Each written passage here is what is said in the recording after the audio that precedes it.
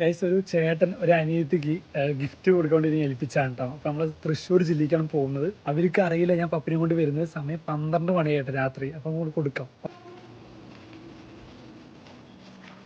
Surprise ആട്ടോ. എന്താവാ,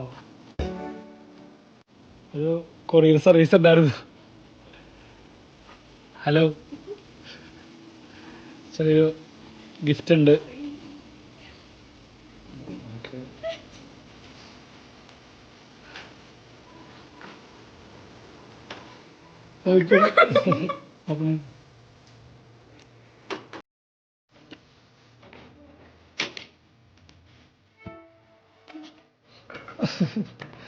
ഇഷ്ടമായോ?